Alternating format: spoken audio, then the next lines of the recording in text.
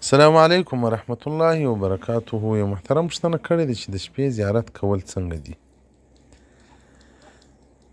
د شپې سړی وایي درې ته دعا کوي دي. بعض ځایو کې د هدیره په کلي کې د مسجد مخ ته وي، نو خلک ماخستان د لمانځه بعد راووځي نو دعا ورته کوي، نو وایي د شپې دې مړي ته دعا نه کوي. محترمه که شپه یې که ورځې باید مړو ته دعاوې وسي. یو روایت کې راځي بی عایشه صدیقه رضی الله تعالی عنها فرمایي کوم وخت چې به زما وارې و رسول الله صلی الله علیه وسلم زما خونې ته راتلی، په اخر د شپې کې به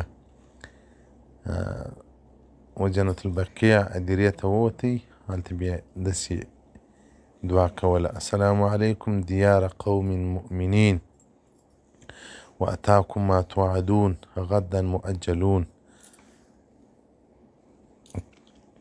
وإنا إن شاء الله بكم لاحقون اللهم اغفر لأهل البقيع الغرقد. دغه دعا بیا کول.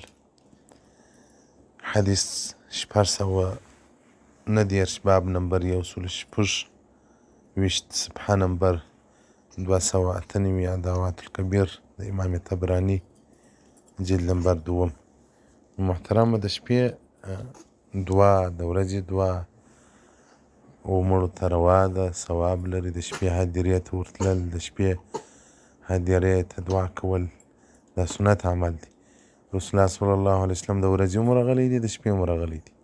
نو هر هغه عمل چې محمد رسول الله صلی الله علیه وسلم کړی وي هغه زموږ په حق کې سنت دی. والسلام علیکم ورحمة الله وبرکاته.